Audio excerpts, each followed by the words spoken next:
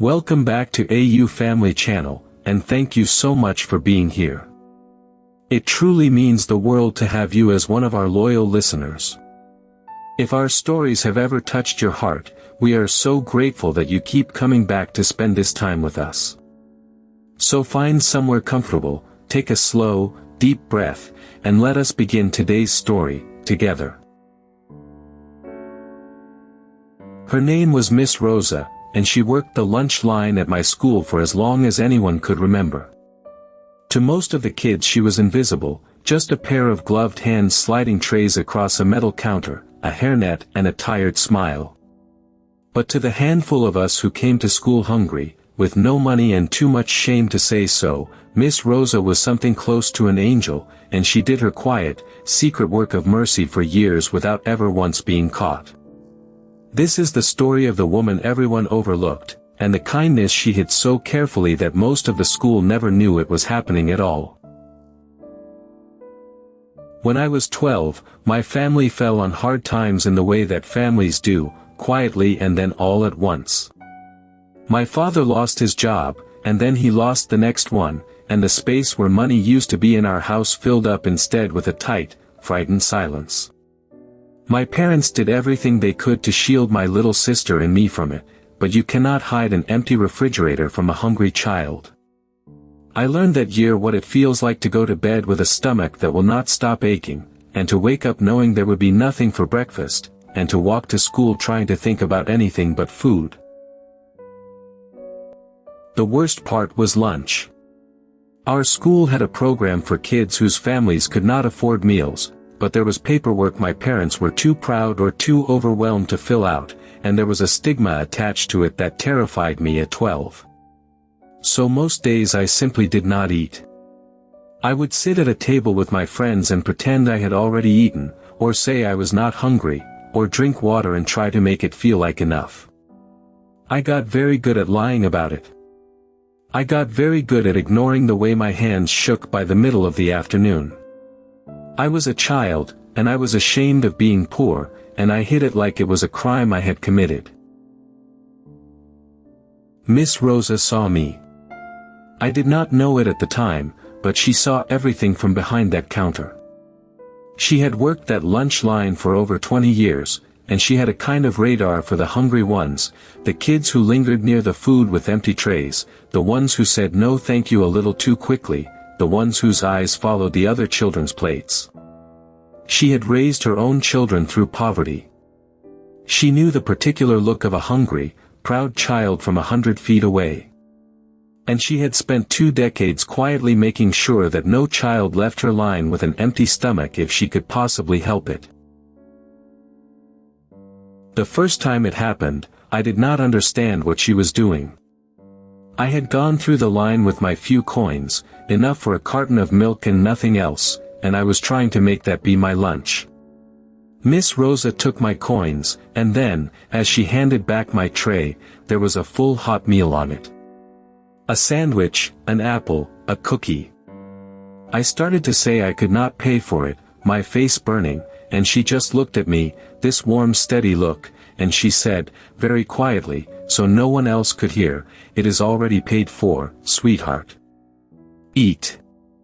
And she moved me along before I could argue, before anyone could notice, before the shame could catch up to me. It became our secret, though we never once spoke about it directly.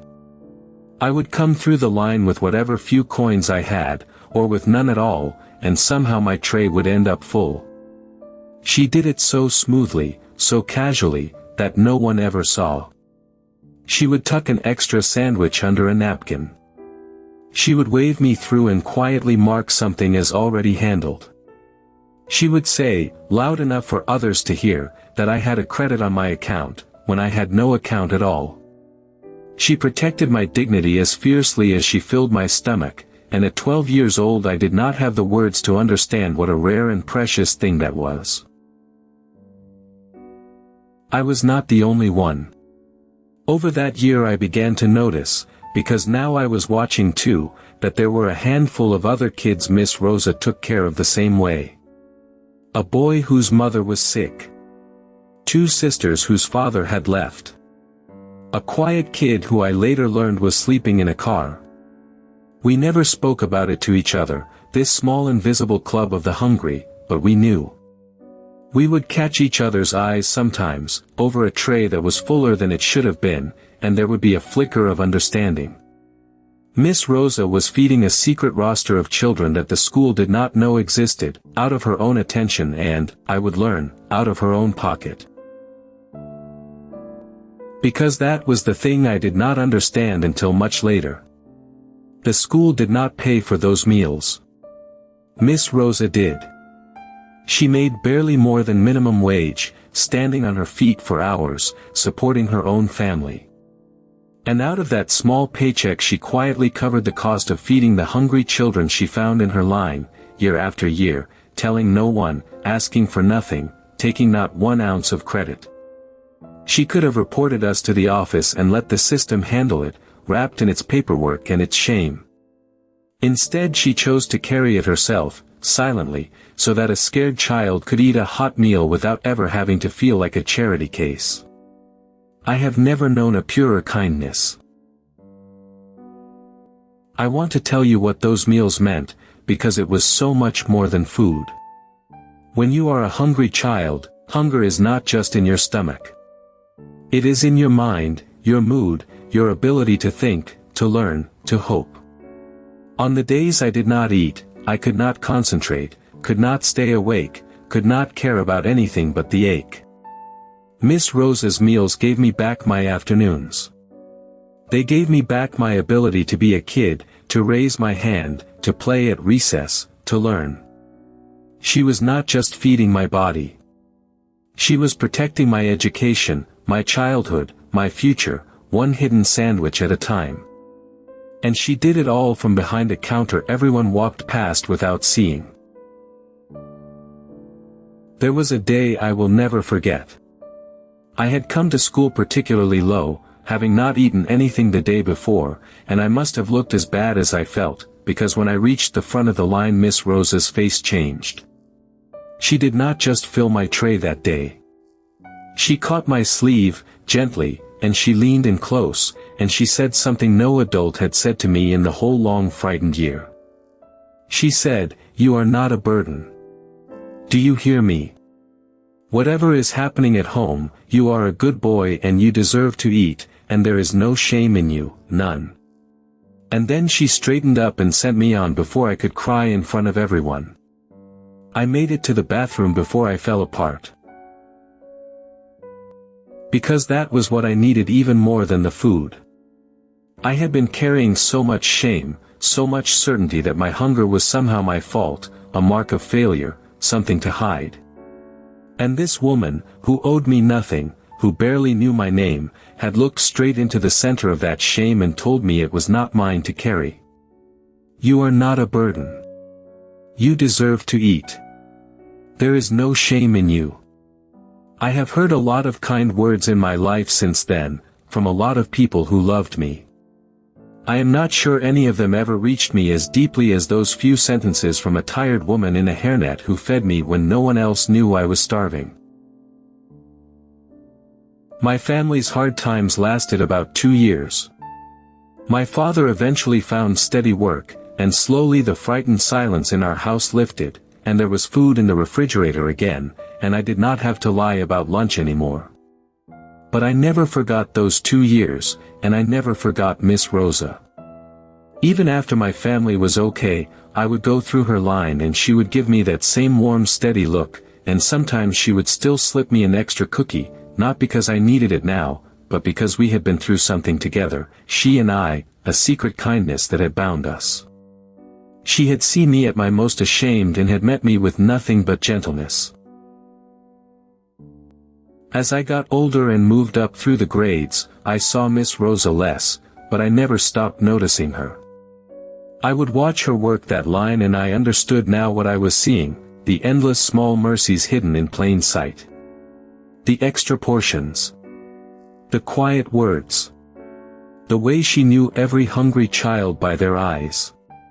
She had been doing this for decades before I arrived and she kept doing it long after, an entire secret ministry of feeding the poor children of our town, conducted 3 feet from the principal's office, invisible to almost everyone. I began to understand that some of the most important work in the world is done by people we never notice, for no reward, seen by no one but the ones they save. The lowest moment in this story is not mine. It came years later, when I was in high school, and word went around that Miss Rosa was in trouble. The school had gotten a new administrator, someone focused on budgets and rules, and there had been an audit, and it had come out that the lunch accounts did not balance, that meals had been given away that were not paid for, that Miss Rosa had for years been quietly covering shortfalls and feeding children off the books. And instead of being celebrated, she was being investigated. There was talk of her losing her job, this woman who had fed hungry children out of her own pocket for over 20 years, treated like she had done something wrong. When I heard about it, something rose up in me that I had never felt before. All those years I had been a scared child, hiding my hunger, letting Miss Rosa protect me in silence. But I was not a scared child anymore. I was 16, and I was angry, and I was done being silent about the woman who had never once been silent in her care for me. I went home and I told my parents everything, the whole 2 years, the hidden meals, the words that had saved me. I had never told them the full truth of how bad it had gotten, or how a lunch lady had carried us through it. My mother cried. My father was very quiet. And then we decided we were going to fight for her. But it turned out we were not the only ones. Word spread, the way word does, and it turned out that Miss Rosa had been quietly feeding hungry children for so long that the town was full of people whose childhood she had saved. Grown adults now, with jobs and families, who had once been the scared hungry kids in her line. We found each other. We started talking. And what had been a secret for decades, each of us carrying our own private gratitude, became suddenly a chorus, dozens of us, then more, coming forward to say the same thing. This woman fed me when I was starving. This woman told me I was not a burden. This woman saved me, and no one ever knew. We packed the next school board meeting. I had never done anything like it in my life. Person after person stood up, some of them men in suits, some of them mothers with children of their own now, and they told their stories. The boy whose mother was sick, grown now, weeping openly as he described the meals that got him through. The sisters whose father had left. The kid who had slept in a car, now a teacher himself. And me. I stood up, 16 years old and shaking, and I told a room full of strangers that I had once been so ashamed of being hungry that I hid it like a crime, and that a woman in a hairnet had met my shame with love and asked for nothing, for years, and had never told a soul. Miss Rosa was there, in the back, and I have never seen anyone look so overwhelmed. She had spent her whole life making sure no one saw her kindness, and now a room full of the children she had saved was standing up one by one to make sure everyone saw it. She kept shaking her head, like she could not believe it, like she thought she was in trouble right up until she understood that she was being honored. When the last of us had spoken, the whole room was on its feet, and Miss Rosa sat in the back with her hands over her face, this woman who had fed us all in secret, finally, unavoidably, seen. The administrator who had started the investigation looked, I remember, like he wanted to disappear. There was no investigation after that. How could there be? You cannot punish a woman for feeding hungry children when those children, grown up, fill your boardroom and refuse to let you. Instead, something better happened. The town rallied. People raised money, a fund in Miss Rosa's name, so that no child in our schools would ever go hungry again and so that she would never have to pay for it out of her own pocket.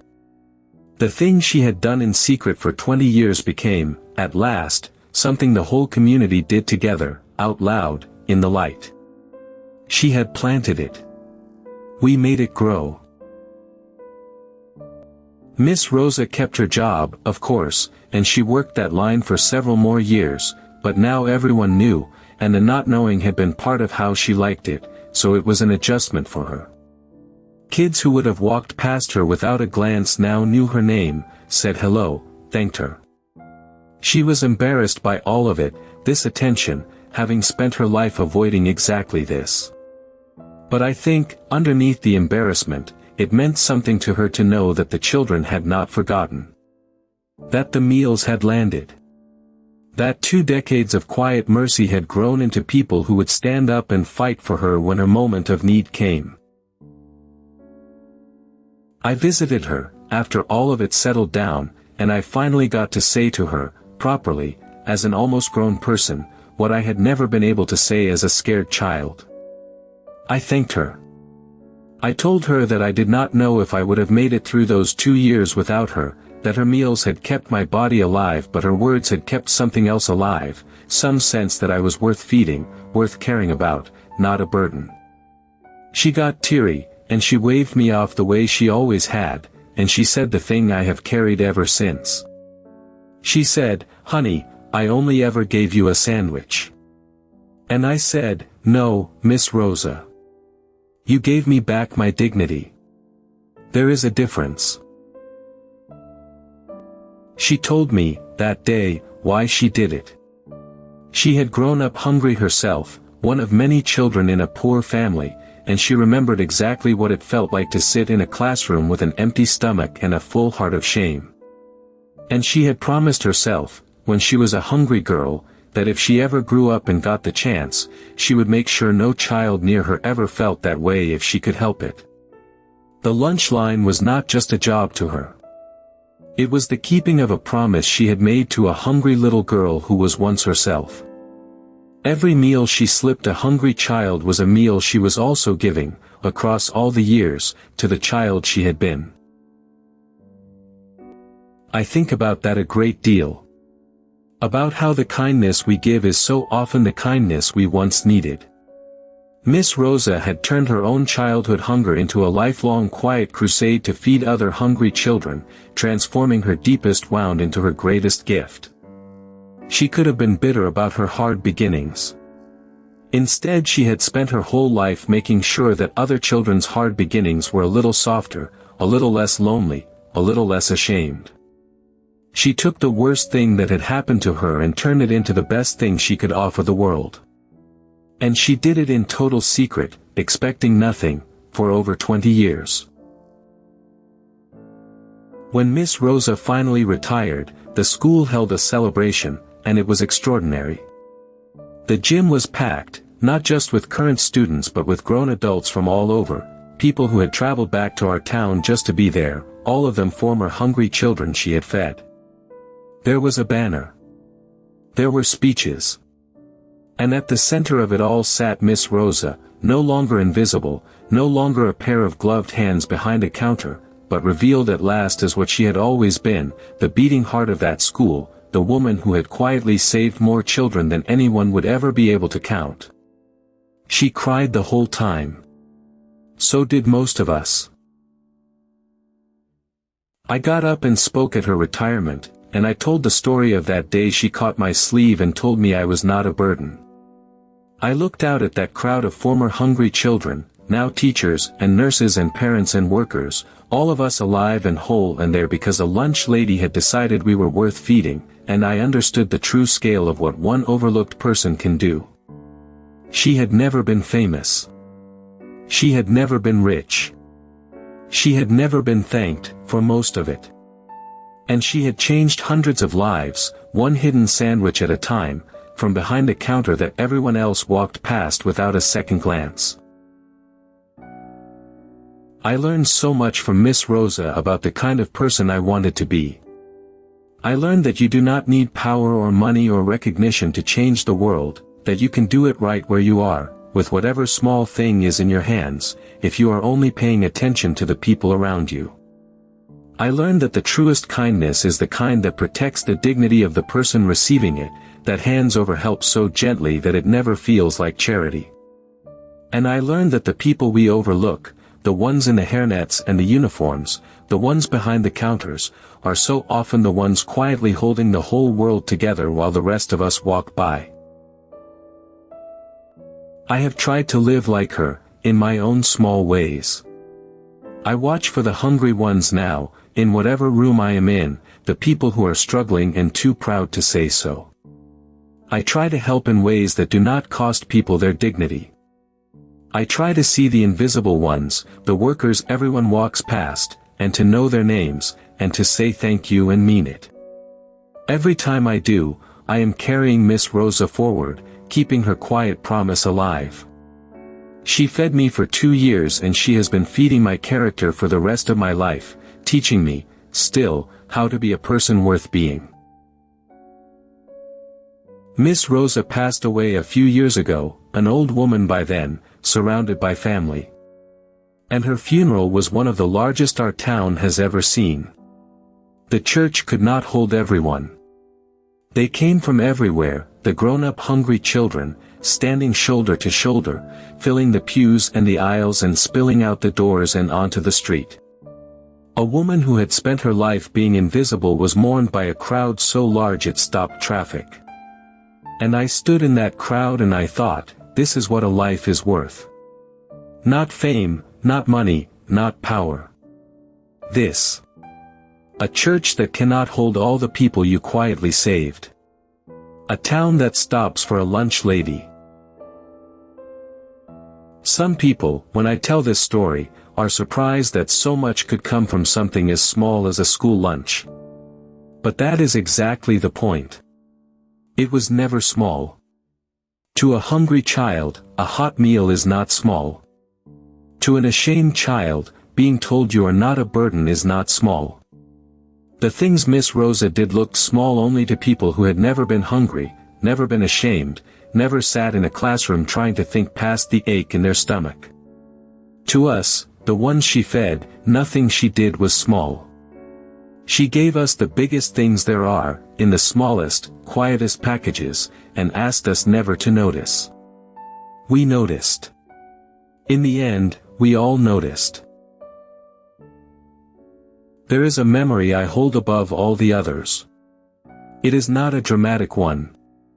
It is just Miss Rosa's hands, gloved, sliding a full tray across a metal counter toward a scared and hungry boy, and her voice, low so no one else could hear, saying, "Eat, sweetheart." Just that. 1,000 times, that. The most ordinary gesture in the world, a woman giving a child food, and yet inside it the whole of human goodness, the willingness to see another person's need and meet it gently, expecting nothing, telling no one. That is the image I carry. That is what I think a good person looks like. A pair of tired hands, a full tray, and the words, "Eat, sweetheart." It is already paid for. I named my own daughter Rosa. My wife and I had a long list of names, but when she was born and I held her, there was only ever going to be one. I want her to carry that name through her life, and I want to tell her, when she is old enough to understand, exactly who she is named for. Not a queen, not a celebrity, not anyone the world called important. A lunch lady. A woman in a hairnet who fed hungry children in secret for 20 years and asked for nothing. The best person I have ever known. I want my daughter to grow up understanding that this is what greatness actually looks like, and that it is available to every single one of us, right where we stand. I asked Miss Rosa once, near the end of her life, whether she had any idea, back when she was slipping me those meals, how much it had mattered, how deep it had gone. And she smiled that same warm smile, older now, and she said no, that she had just been doing what was in front of her, feeding a hungry child because a hungry child was in front of her, one day at a time, never thinking of it as anything more than that. And I understood that this is how the greatest kindnesses are almost always done. Not as grand gestures with an eye on the outcome, but as small, faithful acts, repeated daily, by people who are simply paying attention to the person right in front of them.